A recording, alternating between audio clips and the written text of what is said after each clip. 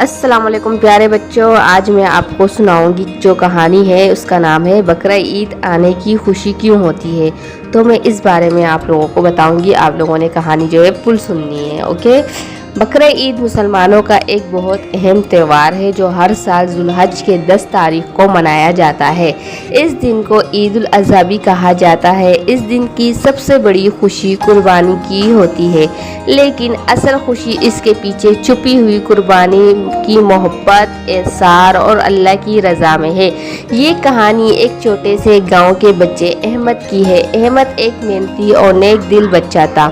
وہ ہر سال بقرہ عید میں بہت ہی بے صبری سے انتظار کرتا، لیکن اس سال کچھ مختلف ہونے والا تھا۔ عید سے چند دن پہلے احمد کے والد نے بازار سے ایک خوبصورت سا بقرہ خریدا۔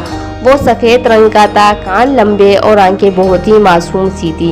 احمد نے اس کا نام چمچم رکھا۔ وہ ہر روز اس کو نہلاتا، کھلاتا، اس کے ساتھ کھیلتا اور اس کا خیال رکھتا تھا۔ احمد کو چمچم سے بہت ہی محبت ہو گئی تھی۔ عید کے دن قریب آتے گئے اور احمد کے دل میں ایک عجیب سی بے چینی ہونے لگی۔ اس کو خیال میں آتا گیا کہ چمچم تو قربانی کے لیے آیا ہے اور جلد ہی اسے ذبح کیا جائے گا۔ احمد نے والد سے کہا، ابو کیا ہم چمچم کو قربان نہ کریں؟ میں اسے بہت چاہتا ہوں۔ والد نے مسکرا کر احمد کو اپنے پاس بٹھایا اور انہیں نرمی سے کہا، بیٹا کیا تم جانتے ہو کہ بقرہ عید کیوں منائی جاتی ہے؟ احمد نے سر ہلایا، اللہ کے لیے قربانی دینے کے لیے۔ والد نے کہا، بالکل صحیح، حضرت ابراہیم علیہ السلام نے بھی اللہ کے حکم پر اپنے بیٹے کو قربان کرنے کا ارادہ کیا، صرف اللہ کی رضا کے لیے۔ اللہ نے ان کی نیت کو دیکھا اور ان کے بیٹے کی جگہ ایک دمبا بھیج دیا۔ ہم بھی جب قربانی کرتے ہیں تو اللہ ہماری نیت کو دیکھتا ہے۔ چمچم کو قربان کرنا دراصل ایک علامت ہے کہ ہم اللہ کی راہ میں اپنی پسندیدہ چیز کو بھی قربان کرنے کے لیے تیار ہیں۔ یہ ہمیں احسان، قربانی اور اطاعت سکھاتی ہے۔ احمد کی آنکھوں میں آنسو تھے، لیکن وہ اب سمجھ چکا تھا کہ اصل خوشی چمچم کو رکھ لینے میں نہیں بلکہ اللہ کی رضا حاصل کرنے میں ہے۔ اس نے چمچم کو گلے سے